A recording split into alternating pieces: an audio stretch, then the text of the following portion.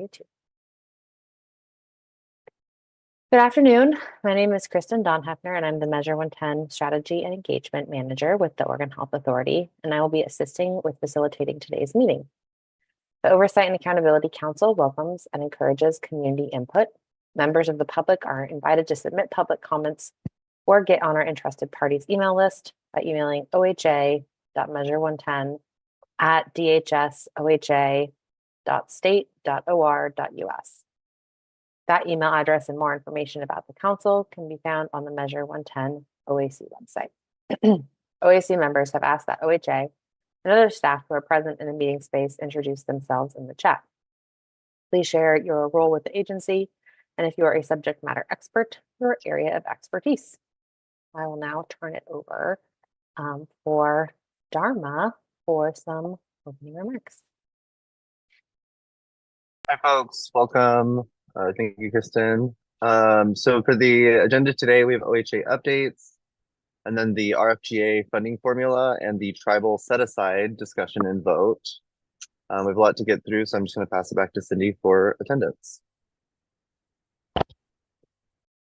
Hello, everybody. Thank you for joining us. When I call your name, please say here for the record. Amy. I'm here. Hey, Amy. Carlos. Here. Hey, Carlos. Caroline. Here. Hello, Caroline. Dharma. Here. Hey, Dharma. Hubert. Here. Hey, Hubert. Hunter let us know he would not be here today. Jackie. Don't see Jackie yet. Jonathan also will not be here today. Keisha. Leticia will not be here today. Linda. Here. Hi, Linda. Melinda. Here. Hi, Melinda. Meredith. Don't see Meredith yet. Morgan. Here. Hey, Morgan. Nicole also will not be here today. Onisha. I'm here. Hey, Onisha. Ron also will not be here today. Ryan. Here. Hey, Ryan. Sabrina. I'm here. Hey, Sabrina. Zeb. I'm here. Hey, Zeb. Sam. I'm here. Hi, Sam. And Annalise. Here. Hello. All right, we have 14 present. Back to you. Thanks, Sydney. I'm going to pass it over to Kristen for our funding formula discussion. Thanks, Dharma, and thank you everyone for being here. We have some slides prepared for you all today.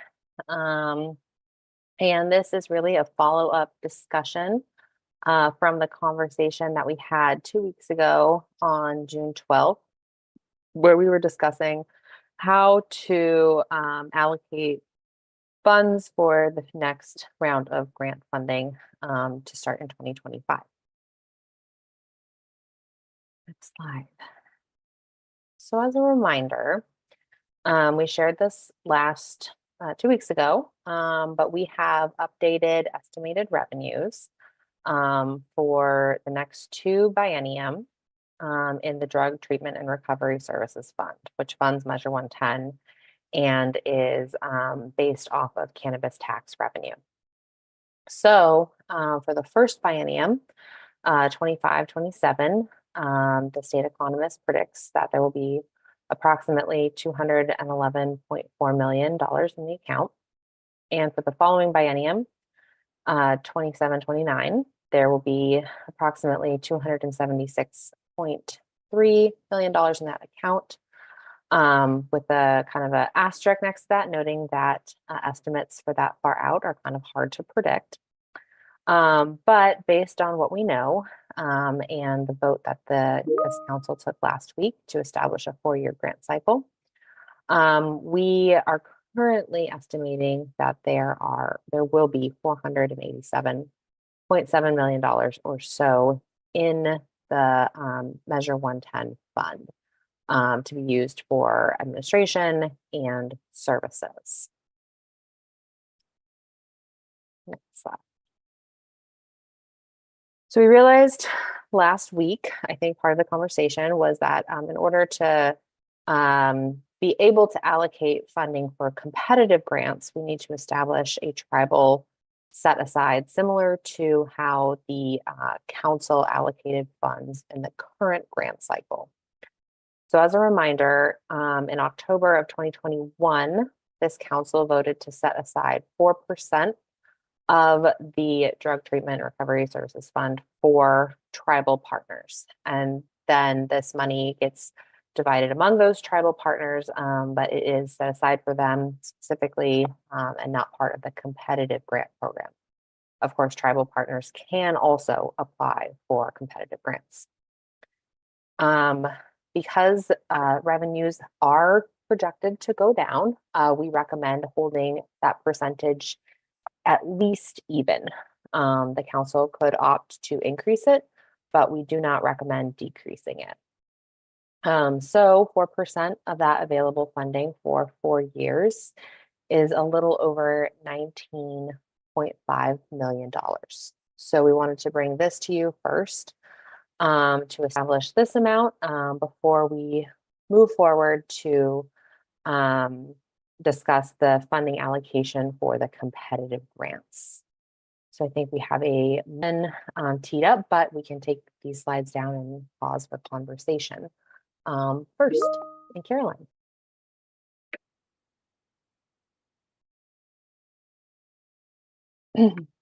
Caroline, if you're talking, we cannot hear you, unfortunately.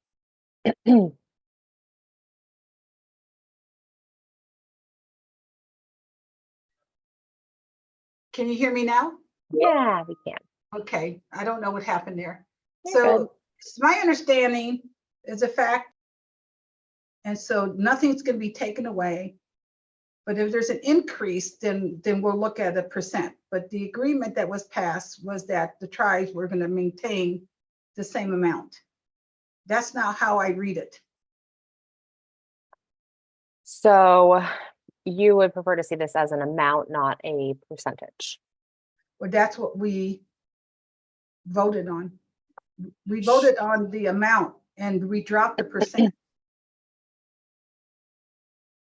Sure. Well, we can change that to an amount so that it's not less than what was previously given. I believe that amount was a little over 11 million initially, but that was for 18 months. Sydney, I'm looking to you to see if you have that amount handy. And the request from the last meeting was us to adjust that into. If that helps. I think we need to go back to what we actually voted upon because that's not what my memory is saying. And I don't know if I can pull it up. anyone else who was on during that time, if they have any different memory, but my memory is the fact that the tribes were not going to be receiving less than the original amount.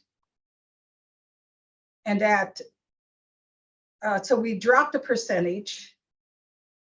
And then if revenue went up, then we would then bring it back to the table. I think I remember the percentage being removed and doing the amount as well, but I do remember that it was for the extension of the original grant cycle, not this grant, unfortunately, or not the new grant cycle. Well, my memory said it was going to maintain and stay at that amount. So we have other people who maybe they could provide more clarity. And I think Sydney is looking for the exact motion. But Onisha, I see your hand is up. Yeah, I was just gonna say I remember it the way Carolyn is saying it. Caroline had said it was a set amount. It was a set, not amount. I think it was a set percentage, and that if more funding came in, they would receive more money.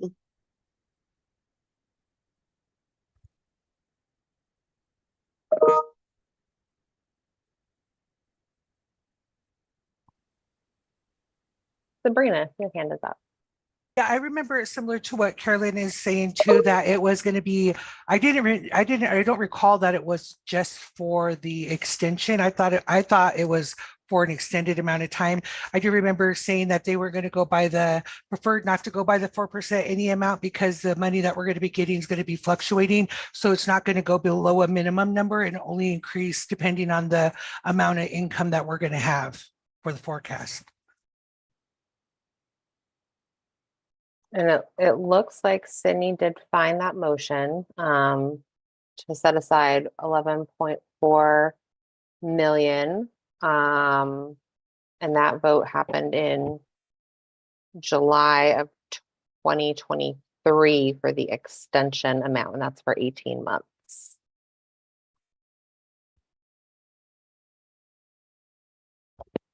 Yeah, and I, just for clarity's sake, I searched my notes and we haven't made any tribal votes for this cycle yet.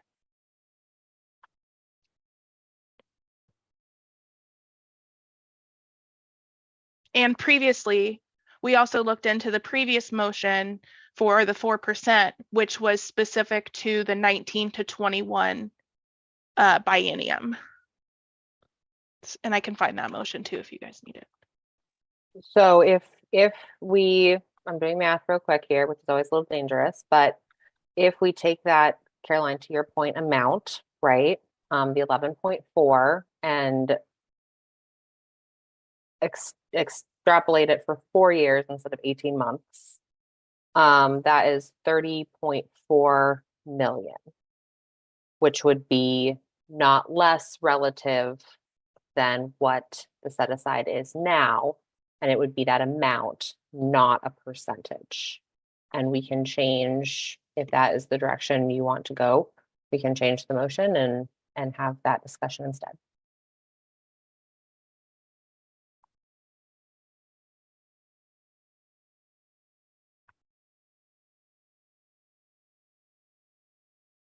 So are we asking me? I'm sorry. So I mean, The whole group really. You know, we Okay, can definitely yeah. drop the percentage, and if we just want to do an amount, that's totally fine. I apologize for the confusion. I think we were maybe got our wires crossed on our end a little bit in terms of what which motion we were looking at. There've been a few.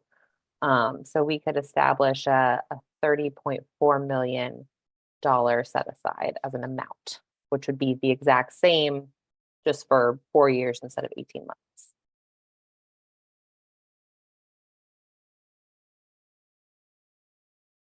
Yeah, I have already met with the tribes and told them about that motion. And so I don't want to have to go back and say that Nope. it's a percent when we agreed to, they would not lose out. So then they could continue their planning. I know every other folks are doing the planning, but that was part of the understanding, the fact that they're not going to lose dollars so they could go forward with the planning that they need to do. And so I know that this is probably different than what we're doing with the other counties, but that was the agreement that we made.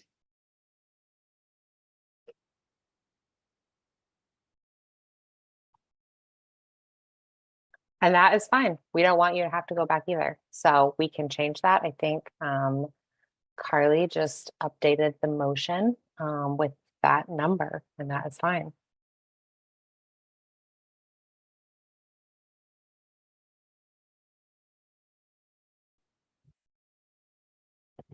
Sabrina.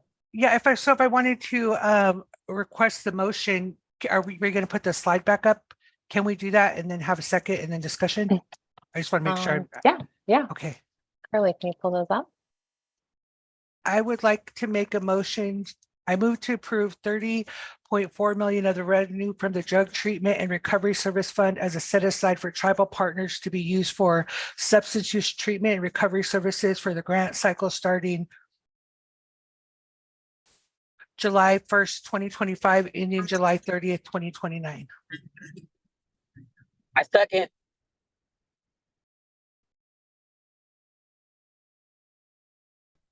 I third. Just kidding. Sorry. All right. So I think we can take down our slides since we have a second and a third. And Sydney, you can call the vote. You. On that motion, I will type into my spreadsheet later since it changed. I have to fix it. Amy, how do you vote? Yes. Was that a yes? Yes. Yes. Thank you. Thank you. Thank you. Sorry, it was just a little muffled. I just want to make sure. Thank you. Carlos? Yes. Caroline? Yes. Dharma? Yes. Yes. Hubert? Yes. Let's see. Jackie? Yes. Thank you. Did Keisha join us? Yes, and yes. Yes and yes. Thank you, Keisha. Linda? Yes. Melinda? Yes. Yep, Meredith, would you like to vote? Yes. Yes and yes? Yes and yes. Okay, thanks, Meredith. You're welcome. Morgan? Yes. Onisha? Yes. And Ryan? Yes. Sabrina? Yes. And Zeb? Yes. All right, that passes with 15 yes votes. Okay. And I am just trying to update our slides real quick, kind of on the fly, so that these numbers are slightly more accurate.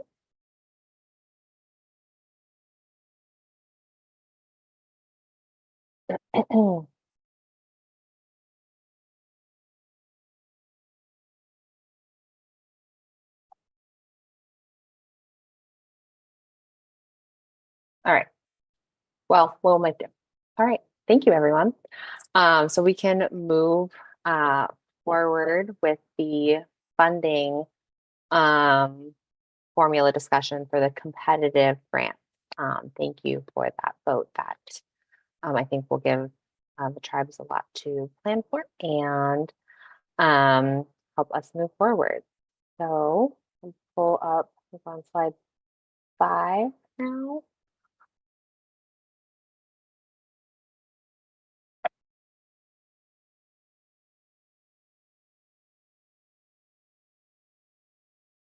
All right. So with that, as a reminder, again, we had projected to have $487.7 million available in the Measure 110 funds, with a $30.4 million tribal set aside. And assuming a $30 million admin budget or $15 million per biennia, which is the same it is now. That means there would be approximately $427.3 million available for the competitive 25 through 29 grant cycle. And I would just remind everyone that this is a conditional amount, and it will change based on updated financial forecast. But this is the best information we have available now to be able to come up with the formula, and we'll have to plug in updated numbers as we get closer to actually negotiating and finalizing these grants. Next slide. So some of the feedback that I heard from this group 2 weeks ago was that we needed large population base amounts to reflect a 4-year award. So we have done that. And that some of the community variables, such as high school graduation rates and English proficiency rates, were a little less relevant to the goals of Measure 110. I also heard that some of the health variable data points, such as health status and burden disease, was based on really outdated data. Everything was prior to 2020. And so not, again, not super relevant or helpful for our purpose. We also, I think, discussed taking a more expansive look at overdose data to include both fatal and non-fatal overdoses that resulted in a visit to the emergency room. So we've been able to incorporate some of that. There's a request for any data on polysubstance use or meth overdose. And unfortunately, we do not have those numbers that are available in a public, that are publicly available, or that aren't super small numbers that would likely have to be suppressed. So we weren't able to incorporate those. And we also 2 weeks ago discussed the importance of capturing some of the racial inequities in the data. And unfortunately, we don't have a measure that captures the prevalence of overdose or substance use broken down by race. But we do think that capturing or maintaining some of the other previously established criteria, such as data on arrest numbers and houselessness and overdose rates, do capture some of that information. It's just not perfect. But again, that's just not a data point that we currently have that we can incorporate. So we have put together 3 options for your consideration. And you should have all received county by county. Yeah, should I see your hand is up? Yeah, I'm just a little bothered that like the whole measure was be geared towards those most impacted by the war on drugs. OHA that look at these things, and unfortunately, no one had done this kind of analysis, at least to date, for us to be able to use.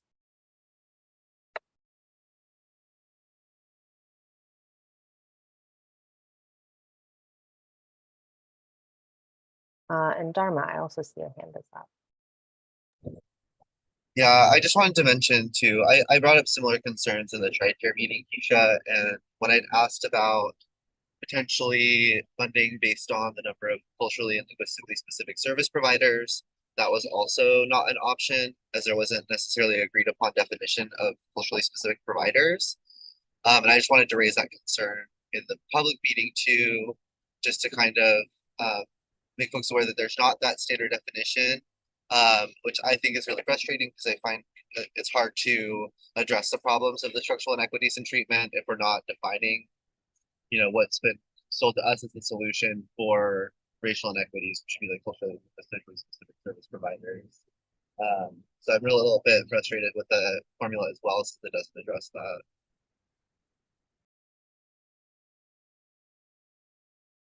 Yeah, I think in a more ideal world, we would have better information on both those, so that impact of inequities in our overdose rates and substance use rates, and we would have a definition here at OHA for culturally specific providers, but unfortunately we don't have either of those things at this time.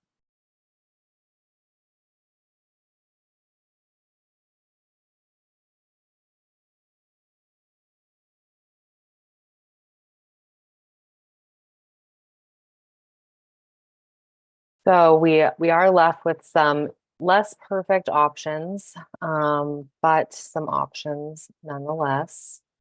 And these are 3 that we, like I was, I think, mentioning, that we've sent everyone county by county breakdowns of, and we'll provide some examples here too and talk about each one kind of individually. And then at the end, you'll see kind of a side-by-side comparison of all 3. But the first option is to maintain the current funding formula. I was able to update it with numbers from 2023, as the old formula had 2021 numbers in it. And we were able to factor in both fatal and non-fatal overdose information, which maybe shows a little bit more of the impact of substance use in a community.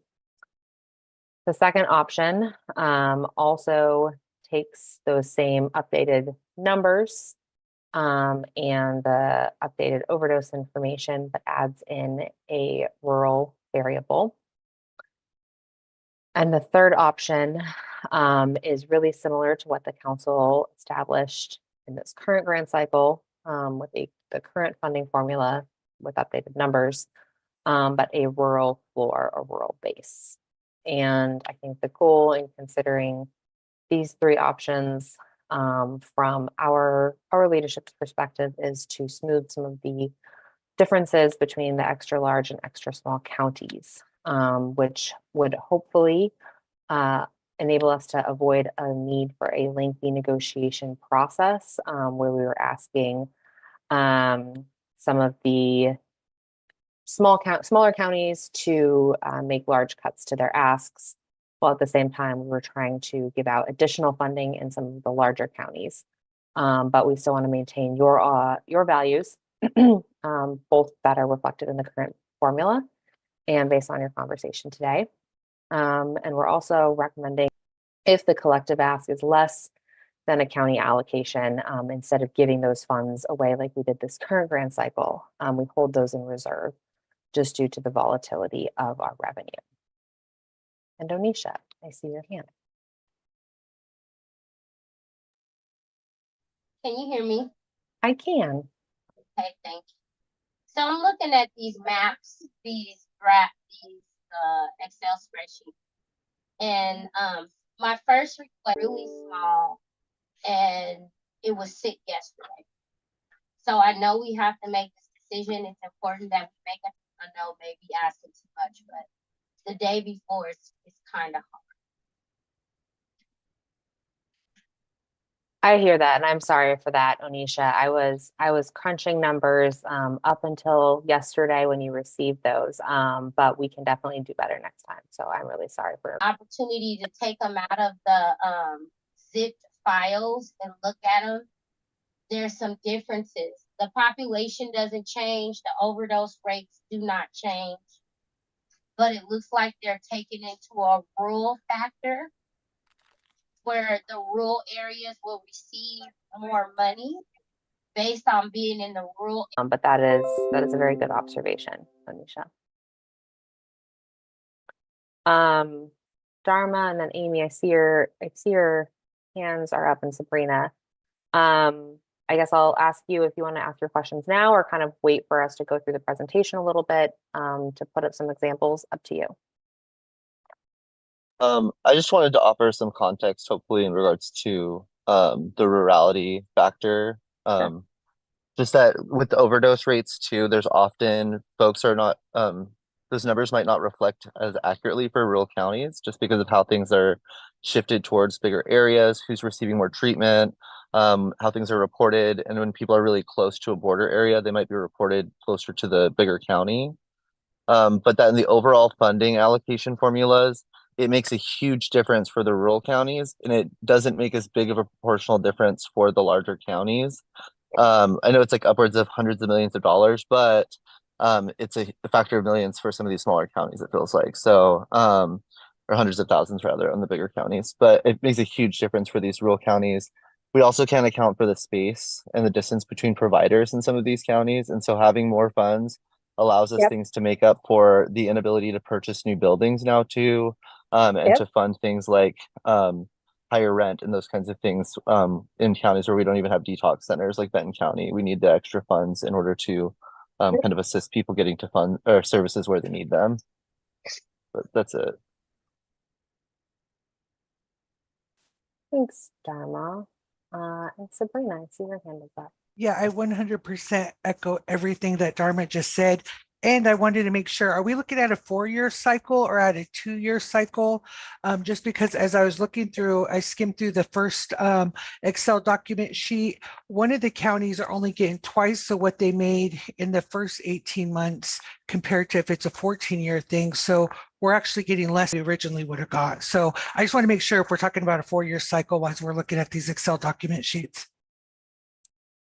We should be. Hopefully there's not a typo in that. But I believe I updated everything to 4 years. But it's yeah. So I can take another look at that if you want to follow up after this meeting just to double check.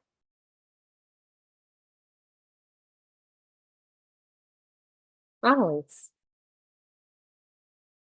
So first of all, Kristen and OHA staff, I mean, obviously you all put a tremendous amount of work into this. So I just want to recognize that. I just have a procedural question, and I've been meaning to ask this for a while. When does the change in funding formula, or is this just a decision that's made? So that's a good question. We invite public feedback to the Measure 110 inbox. Historically, this is a decision that I think was made by our tri-chairs and has been kind of upheld. We have not opened this meeting to public comment in the way that some meetings have, an open mic or something like that. But we do invite members of the public to email the Measure 110 inbox if they have feedback.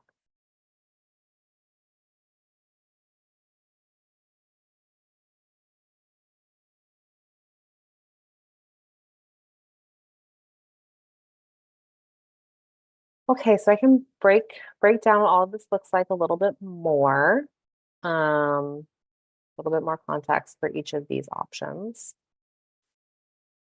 I'll go to the next slide. So here's one of the, I think, first things that we changed from last 2 weeks ago. We updated the base amount that is just based on population, the counters, but they're approximately double the base amount. So just to start with, no county would get less than this amount based on their population.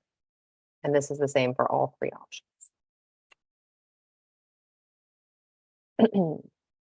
So the first option is to maintain the current weighted variables, but add in some expanded overdose data. So each of these counts need to be weighted based on values so that they equal 100%.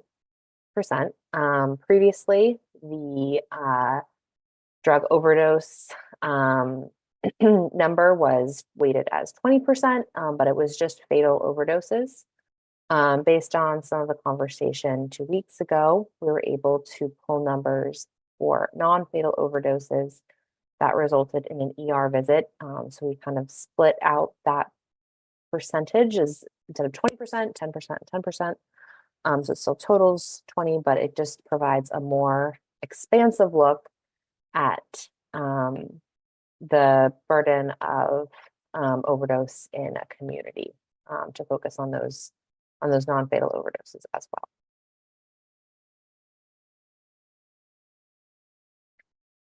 So here are some examples. These are just broken out by, so you can see 2 examples from each kind of size of county: extra large, large, medium, small, and extra small. The first column is the population based on the 2020 census. Then you'll see that base award we talked about. The houseless rate is based off of the 2023 point in time count. The Medicaid rate is based off of Medicaid enrollment data from this month. The arrest rate is from 2023. And then both the non-fatal and overdose death rate are based on 2023 numbers. And here you can see kind of this highlighted total award. And I'll show a side by side of all three options at the very end. So you can kind of see what that looks like just kind of across all three options.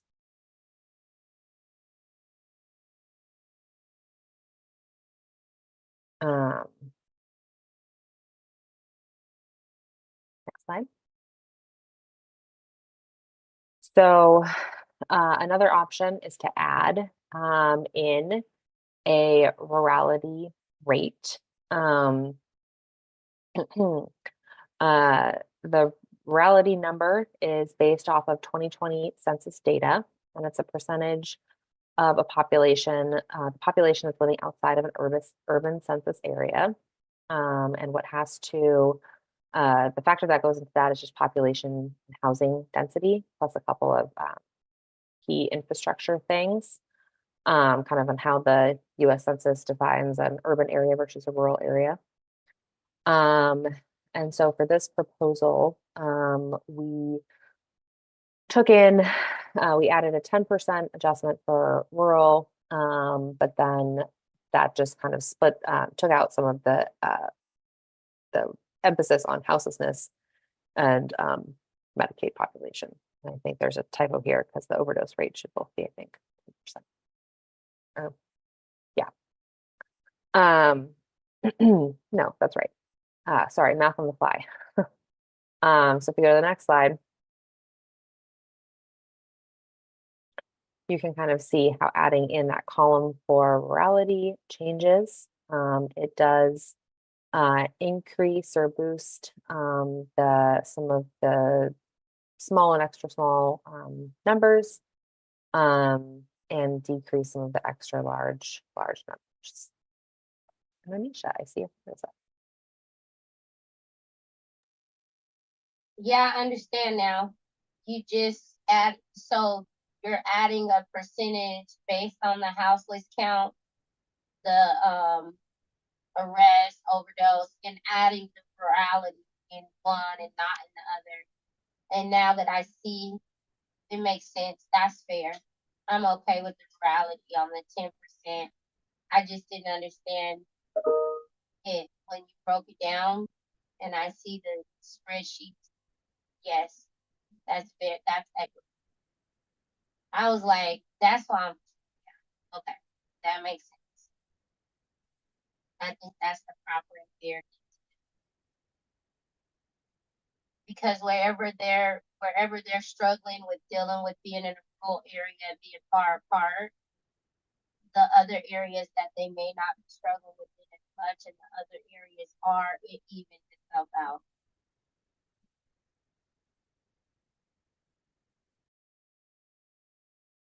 Thanks, Anisha. Yeah.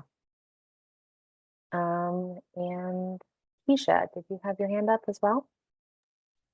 Yeah, I think I put it in the chat. I'm just not comfortable with the census, I guess, because being close to the issue, like I have went to over 30 overdose deaths in Multnomah County in the last 6 months. And so when we're going off some data that's not accurate, I don't know, it's just mind blowing to me. Yeah. I just want to make sure that our community is getting the service and the resources they need, not based on data from years and years ago, and not taking it into account what's going on currently. So it was updated as of 2023. So it is current, except for the population, which is from the 2020 census. So it is as current as we have. And then the what did it say? The homelessness, for the houseless rate, and that's a factor. Is that to assume? These numbers are based off of the 2023 point in time count, which happens each January. But that's the total of houseless rate, not total that are addicted, because people aren't. Correct. Everyone that's houseless is not addicted. I'm just, yeah. Yeah, that's correct. I'm just wondering why we go through, whoever controls the data controls the money and we still get left out.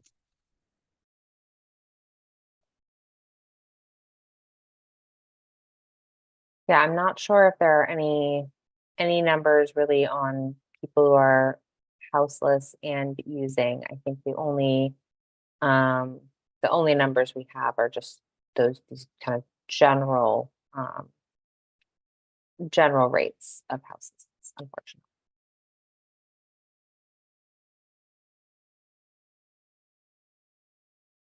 Sabrina. Yeah, I just wanted to say, I thank Onisha for Anisha's words because I come from a rural community. And so that's where I speak from. And I agree, regardless of how many deaths or where the deaths are at, they're all equally important. They just hit us all a little bit different. And my county is the size of some states across America. So I can definitely see where the gaps are.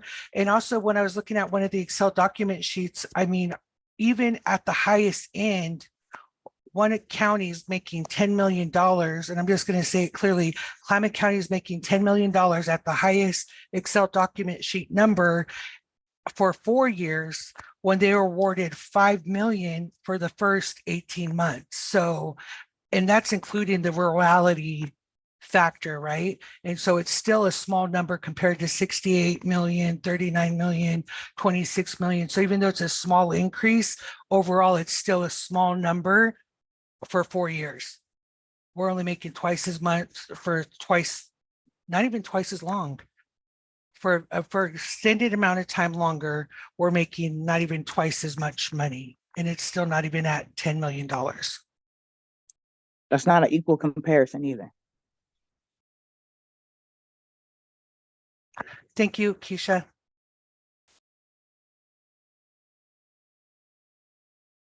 Thanks, Sabrina. Linda, I see your hand is up. I was just gonna echo what Annalise said. Thank you for doing this because I do think one thing I'm noticing, like on this slide, for example, if you compare Gilliam and Sherman County at the bottom, they have almost the same, like very similar population. And I just don't know how accurate these numbers are. And they're, I think, right next to each other. But the houseless rate in Gilliam is 0. In Sherman, it's 33. And then the overdose deaths is 0 and 5. And so those small numbers all of a sudden have a really big impact on the total award. And so I guess I worry that when the numbers are that small, the inaccuracy of the data is maybe having an outsized effect on the award amount. Thanks, Linda. That's a good observation. I think that'll kind of tee into the third option, which is kind of establishing more of a base for you to see. But agreed that, we can only work with the imperfect data, unfortunately. Dharma. All right, and this is just the first option. Then there's this with have we seen the rural floor option, the higher raised rural floor option? No, that is Okay. next.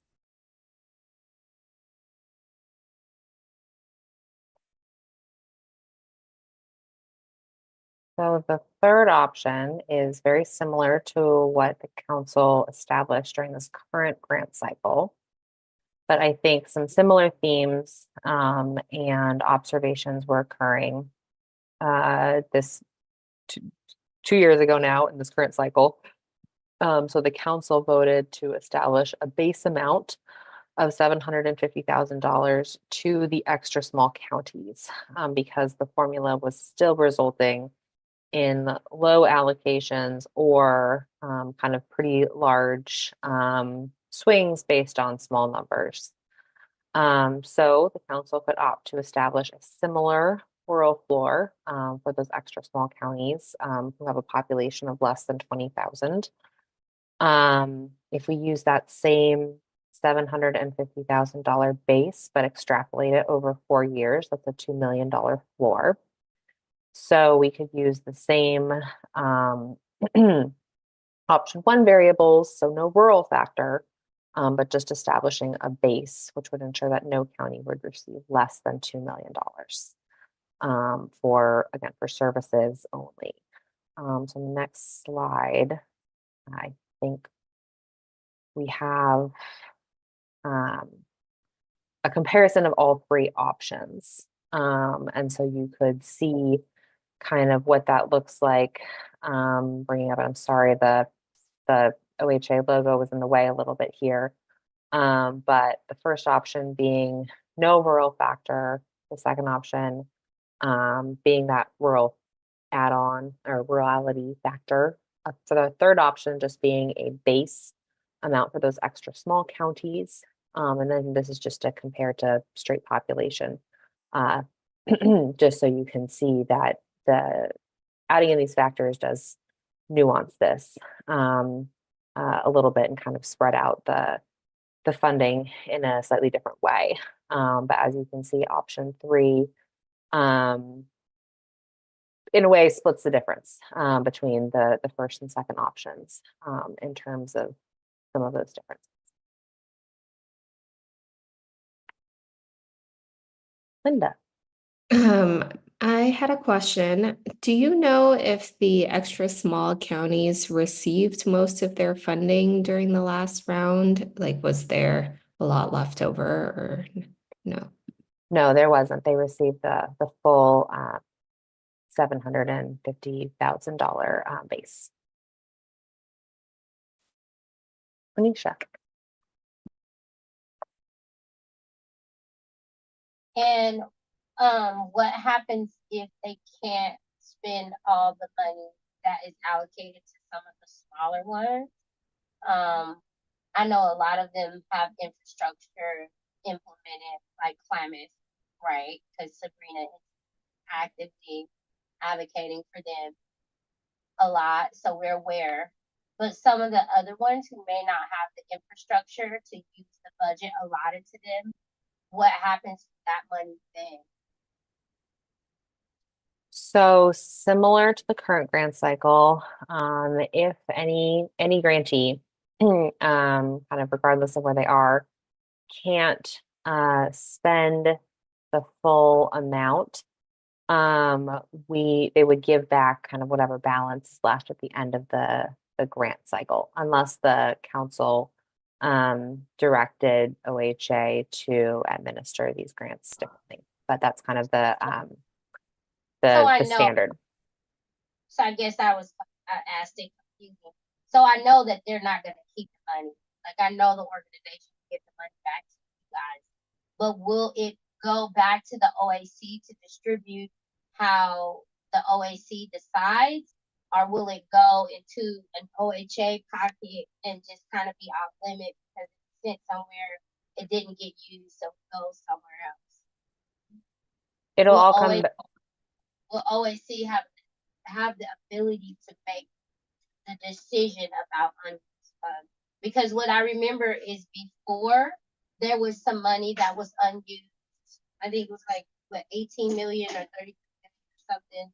But then other people said no, that wasn't there, right? But in the last cycle, OAC was never asked. There is some funding left. Was there something Klamath didn't get to do that they need to do, or something that this rural area can do that they didn't get to do? Like that, the leftover funding or the funding that was given back was either it didn't exist, that was a rumor that wasn't true, or it was never turned back around for OAC to make a decision about. So you just correct me, Kristen, wherever I'm wrong. No, you're not wrong. So any leftover money would be the council, or returned money would be the council's, would come right back to the same Measure 110 pot, the Drug Treatment and Recovery Services Fund. It would be up to the council's discretion on how to then allocate that money. Because of some of the declining revenues of the fund, any leftover funding has kind of gotten erased just to be able to pay out the allocated amounts that the council has already voted on. So there has not been any funding that's gone back to OHA. It would still remain with the council, but there just hasn't been that because the funding revenue has gone down kind of each forecast.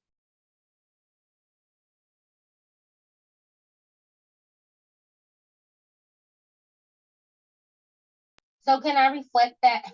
I'm sorry. So you're saying there was money that was given back that wasn't used, and it basically recycled back into our budget to fill in holes that became holes for whatever reason. We have, because the grants are still ongoing, we haven't received money, unused money back. I think we are in the process of closing out some grants that opted not to continue for another 18 months. So I think we will be coming back to the council in probably the next, depending on today's vote, probably next month, to have kind of a bigger conversation about what you would want to do with returned funds, but we haven't had that conversation yet. But there might be a few, we just haven't determined that amount. So I think we wanted to have kind of a bigger theoretical policy conversation with you all first, in the next month or so, kind of to your point for that exact situation. Yeah, thank you. Because I do remember some people giving money back. They, like, even in our last discussion about making approving people wanting to change what they asked for and saying they couldn't use it back, or we were requesting them to run their program a certain way and they said no, we don't want to do that, we'll just give all the money back. So that's why I was just curious what happens to money that's unused by the smaller counties that go in the budget, and will OAC still have power over it to make a decision on where it goes. And you're saying that yes, we do, just haven't had the conversation. Well, thank you. It's a good question.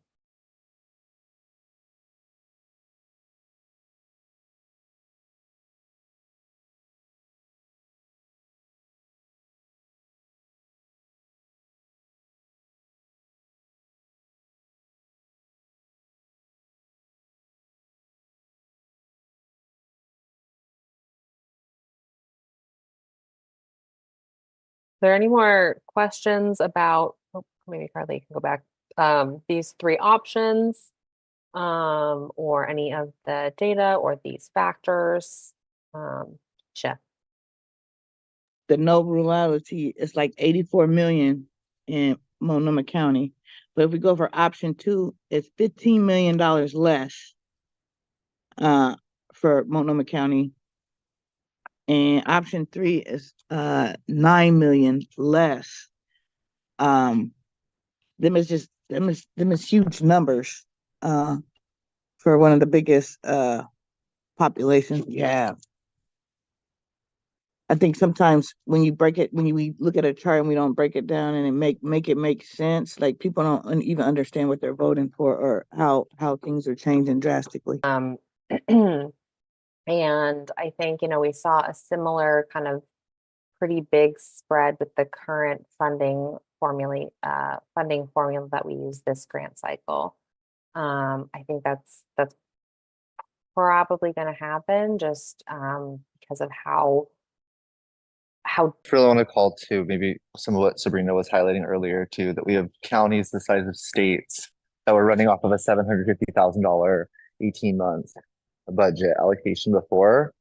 And I just think it's really difficult for us to be able to maintain services if it's at a lower level, because we have rising needs in our rural areas too, and we have less funding options as far as access for other kinds of funds that we can get compared to some of the big metro area counties. Thanks. Kristen, Yeah. can you clarify? I'm looking at the spreadsheets I don't know if I'm looking at it wrong, but I'm seeing 77,900,000 for Multnomah for the without rurality and not what's on this slide. That might be a copy and paste caveat that all of these numbers are going to change because this was based off of a different tribal calculation. So there is going to be a little bit of an adjustment of about $11 million kind of spread throughout this all of these numbers. They're also going to change when we get the updated financial forecast and we know how much money is actually available. So these are intended to not necessarily be absolute numbers, but kind of economies of scale. And there could definitely be a typo in one of the one of the sheets that you received. Well, I think it was Lakeisha's point. It's hard for me to understand that. I mentioned earlier, I was working on these up to yesterday, so. It actually looks like you received never a good idea to do late at night. That's okay. This seemed like an immense amount of work. A lot of lines. But I can helpful. update these slides real quick, Carly, if you want to take them down. And Onisha, I know you have your hand up. I'm sorry about this, folks.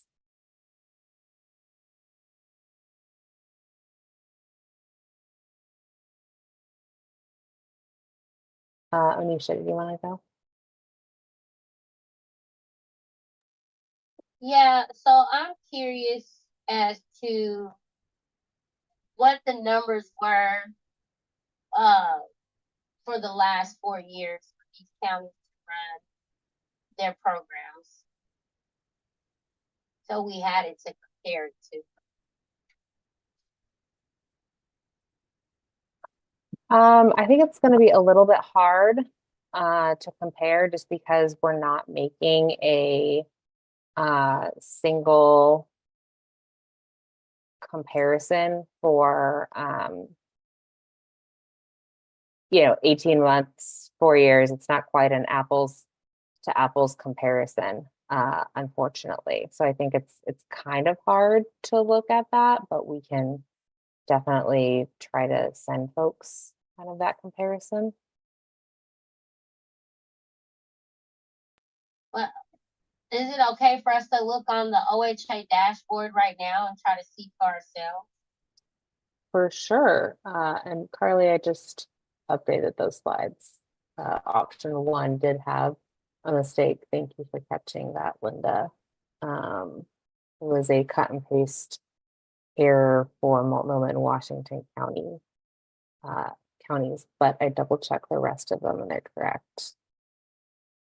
I'm really sorry about that.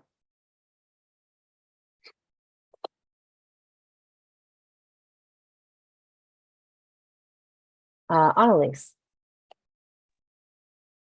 I have a quick comment just in support of Onisha and others who have spoken. It seems that you really, you're going to have to figure out a way to apples compare this. It really doesn't seem fair or practical to not compare, even just say okay, take that 18 months. What would that be on an annual basis? You're not completely starting from scratch with this program. So I think, I don't have a vote, but I agree completely with the sentiment to try and raise the bar for the rural areas, but also recognizing you have less money to work with on an annual basis now, and that there's running programs that are using this funding. And so really understanding the consequences of that, I just don't know how you all can make this decision without knowing how much they're getting now and what the effect of this will be.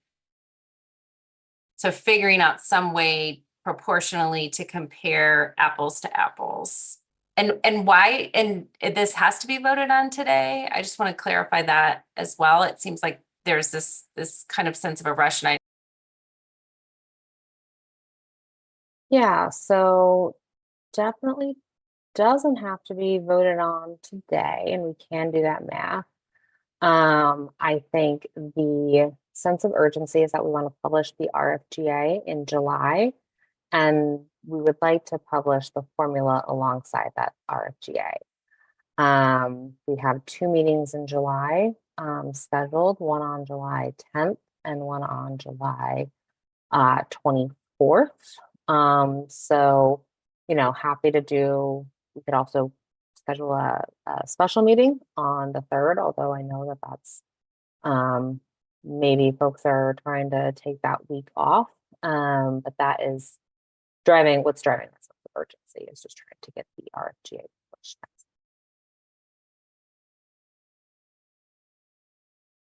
Anisha. Yeah, I really appreciate that last comment. It's like, my heart goes out to the rural area, and I definitely want to be in a position where everyone can get exactly what they need. And I relate, especially with Amy. Like, Amy's my heart. Me and her, we talk, and she explained to me what it's like trying to get from here to there to get services for these people. And definitely want to consider them and have them represented, and take into consideration also all of the trials of being in the inner city and what some of the things that people up here are facing when they can't access treatment in some areas due to other culturally specific factors. There's not gender acceptance or race acceptance everywhere. So it looks like there's a lot of money, but if they're not accepting, because this is a predominantly white state, and a lot of white people here on this council are liberal, loving, and accepting, and encouraging. But everyone in Oregon is not like that, and sometimes people like me cannot get that loving, supportive treatment that need and desire. It's coming from a smaller network of organizations, and those are the ones that are always fighting for the leftovers, because I don't know, that's just the way it is. Maybe they're scared to ask for more, or they don't have the techno assistance to maintain the more. But these numbers do make a big difference, and I don't want it to look like we're not considering people in rural areas. But there's other things that are being factored in, even though somebody is in Multnomah County. There's a smaller percentage of African American people in Multnomah County that, even though it looks like that county is getting a lot of money, there's only certain organizations that's going to serve that population with love and acceptance.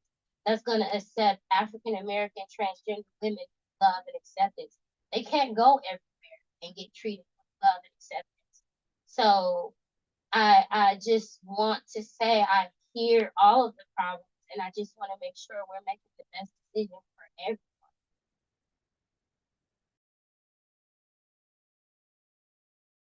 Thanks, Anisha. I realize that this is definitely a big decision, and not an easy one.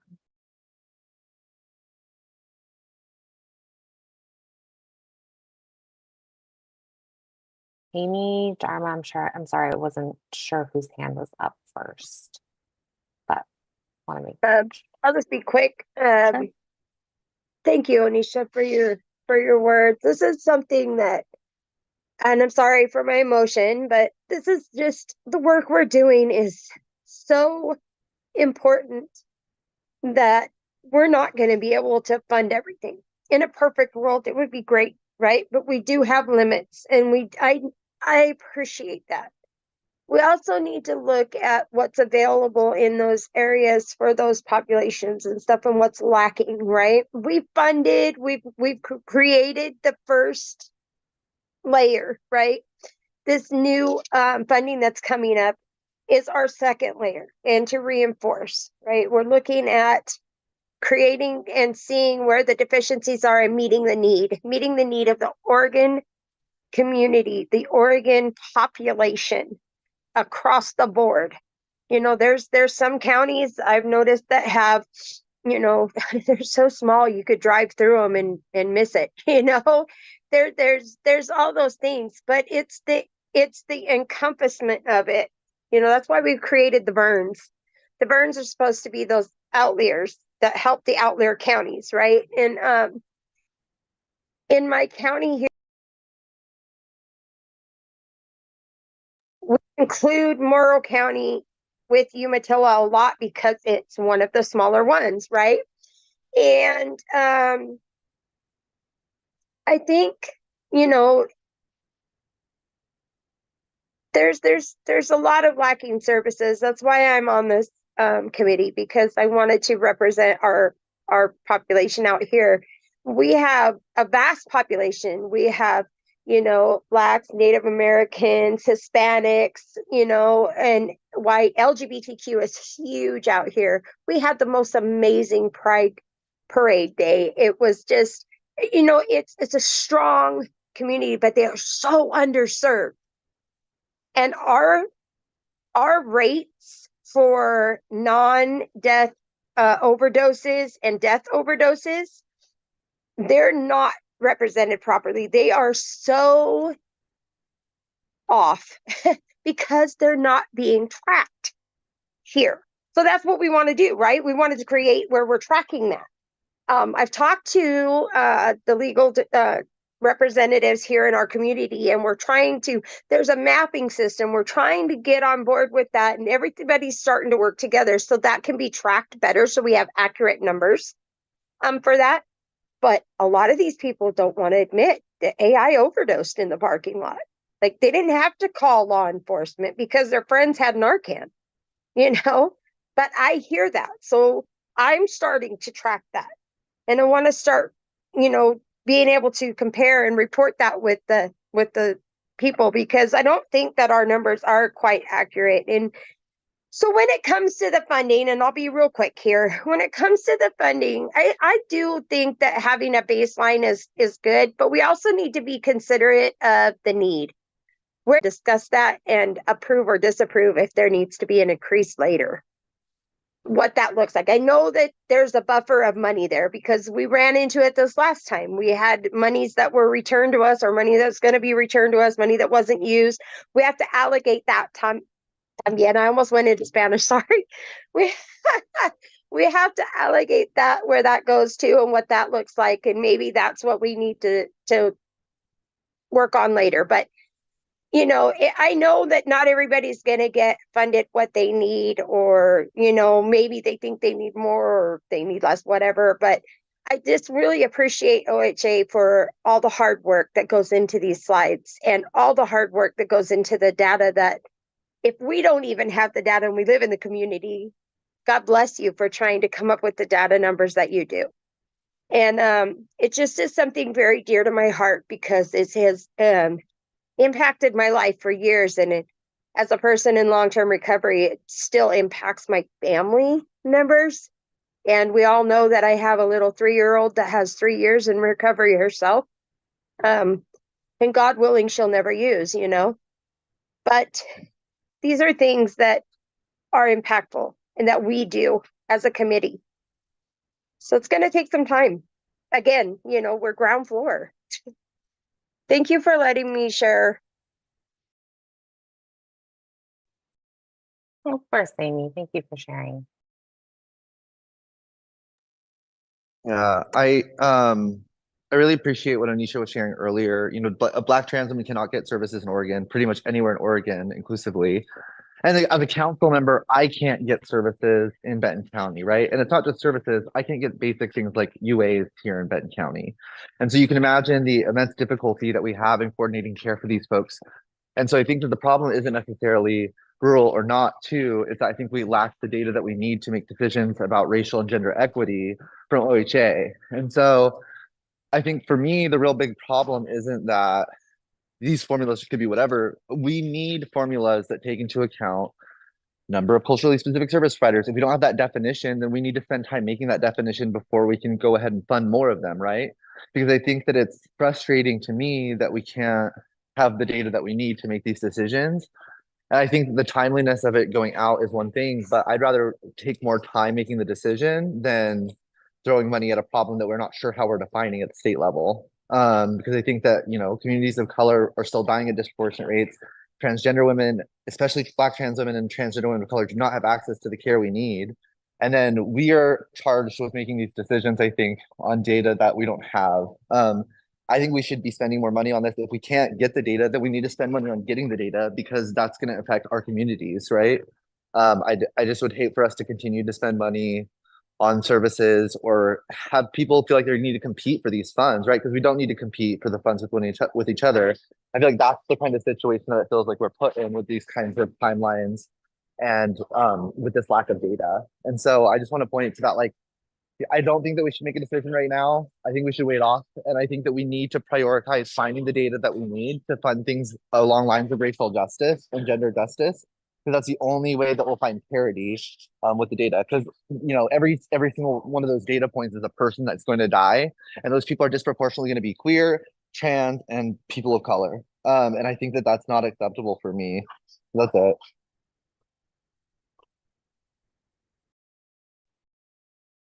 Thanks, Dharma. And I think, you know, with all of this, we're trying to balance making sure that we can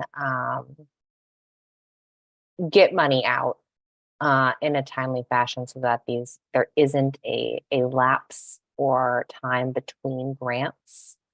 Knowing that we have a year, it sounds like a long time, but we need time to make sure that people have plenty of time to apply, for us to score these, council to vote. And so I appreciate that we don't want to rush this process, and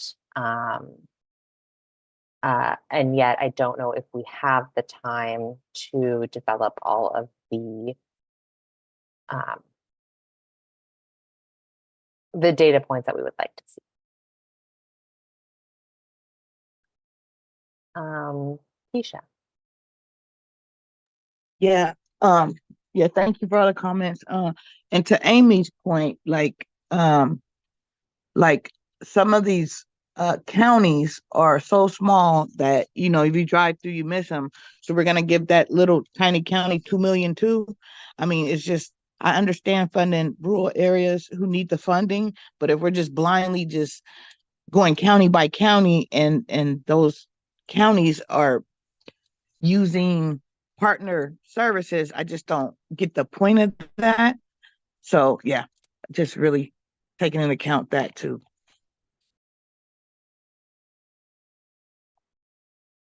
Thanks, Tisha. And Melinda, did you have your hand up? I want to make sure I don't miss you. I did. I just had a question about the data and the populations. When they do those, do they include the prison populations in Oregon when they do that count?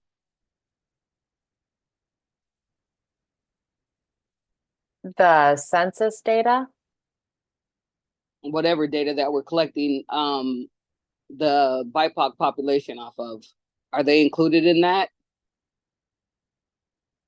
Well, are they getting the races from prisons also across Oregon? Are they added in that as the population, or are they excluded?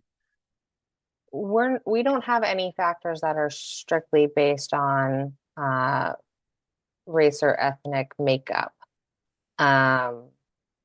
The only population that yeah, there isn't any that are specific to race or ethnicity. So I'm not quite sure how to answer your question. Okay, thank you. Mm-hmm.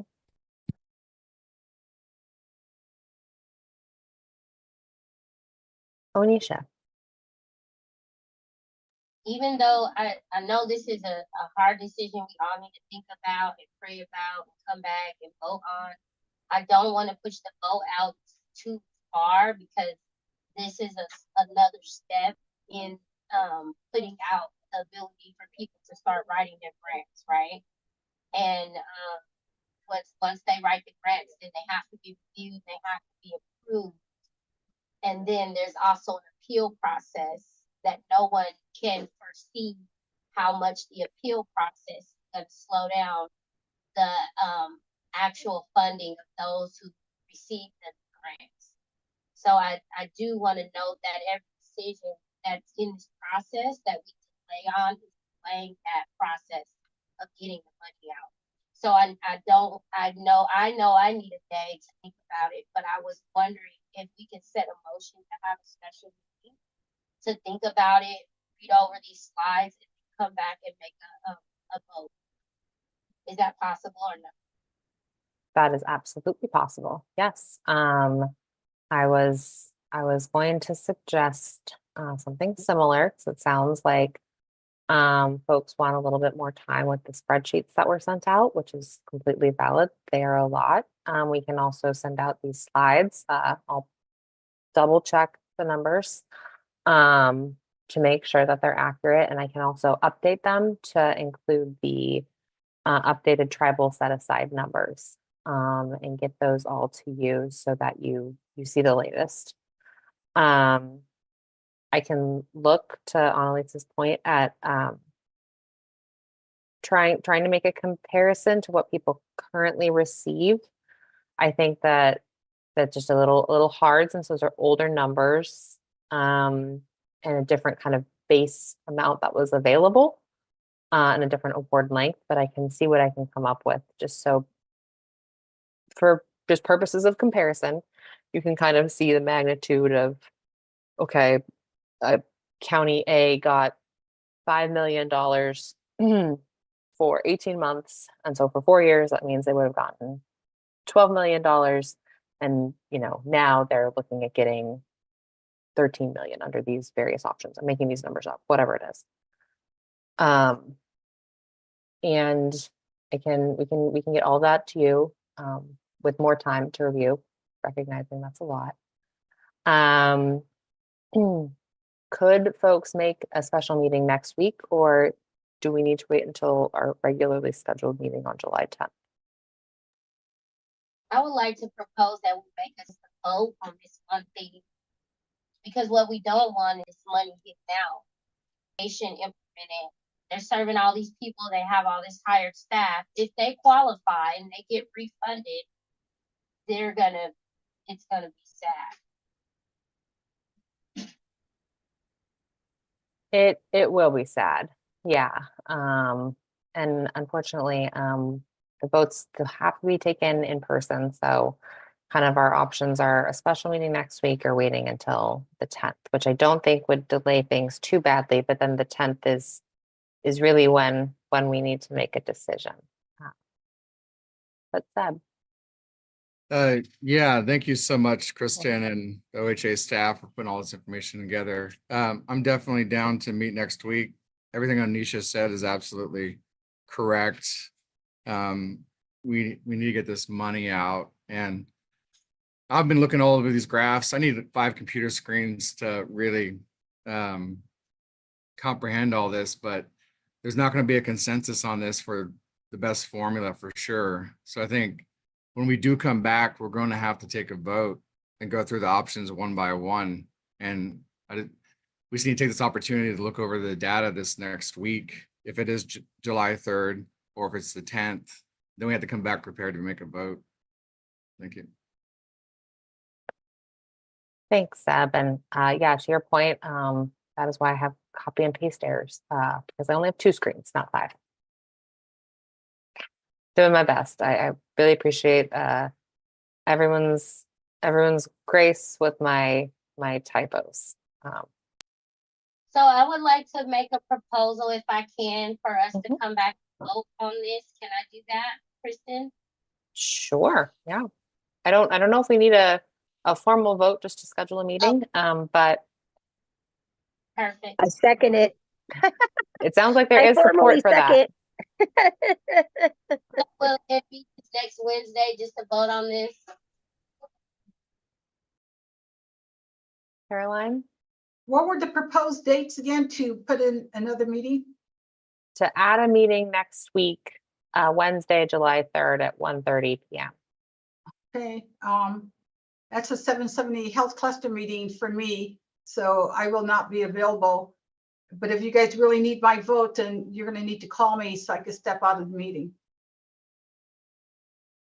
Okay, thank you, Caroline. And I don't know, do you have my cell number? Yeah, we have Okay, it. good. Yeah. Okay,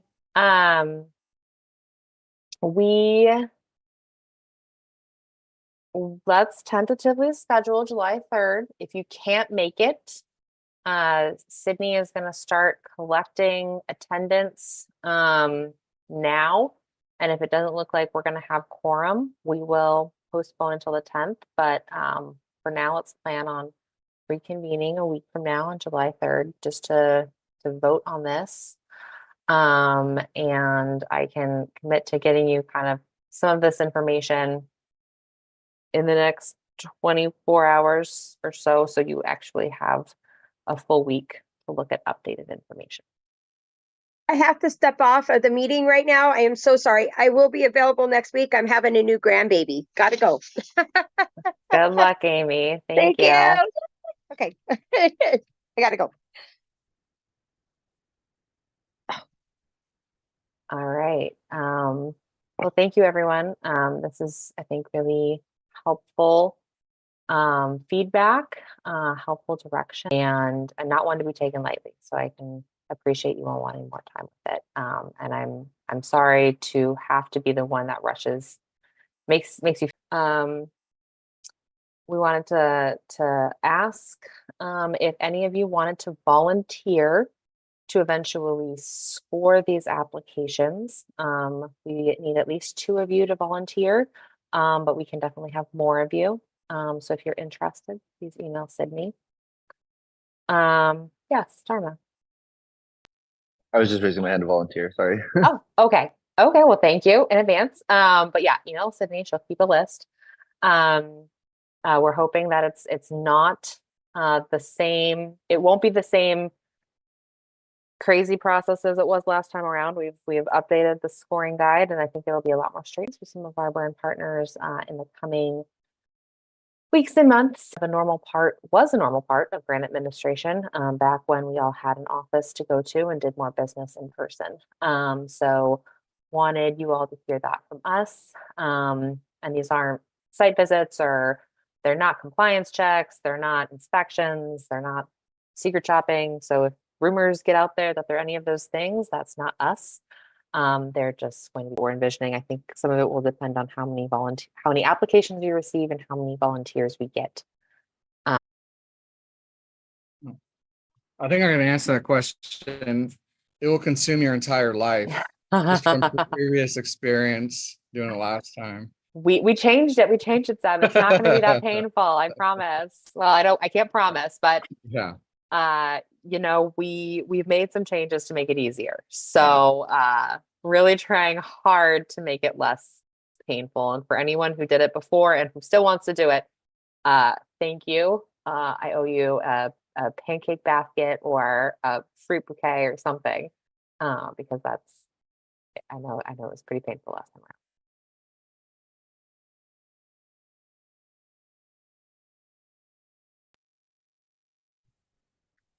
If that's it, then we'll just give everyone their time back to review those spreadsheets. Thanks, Dharma. Thank you, everyone. Keep an eye on your emails. And we will see you all hopefully next week. Thank you. Bye, everyone.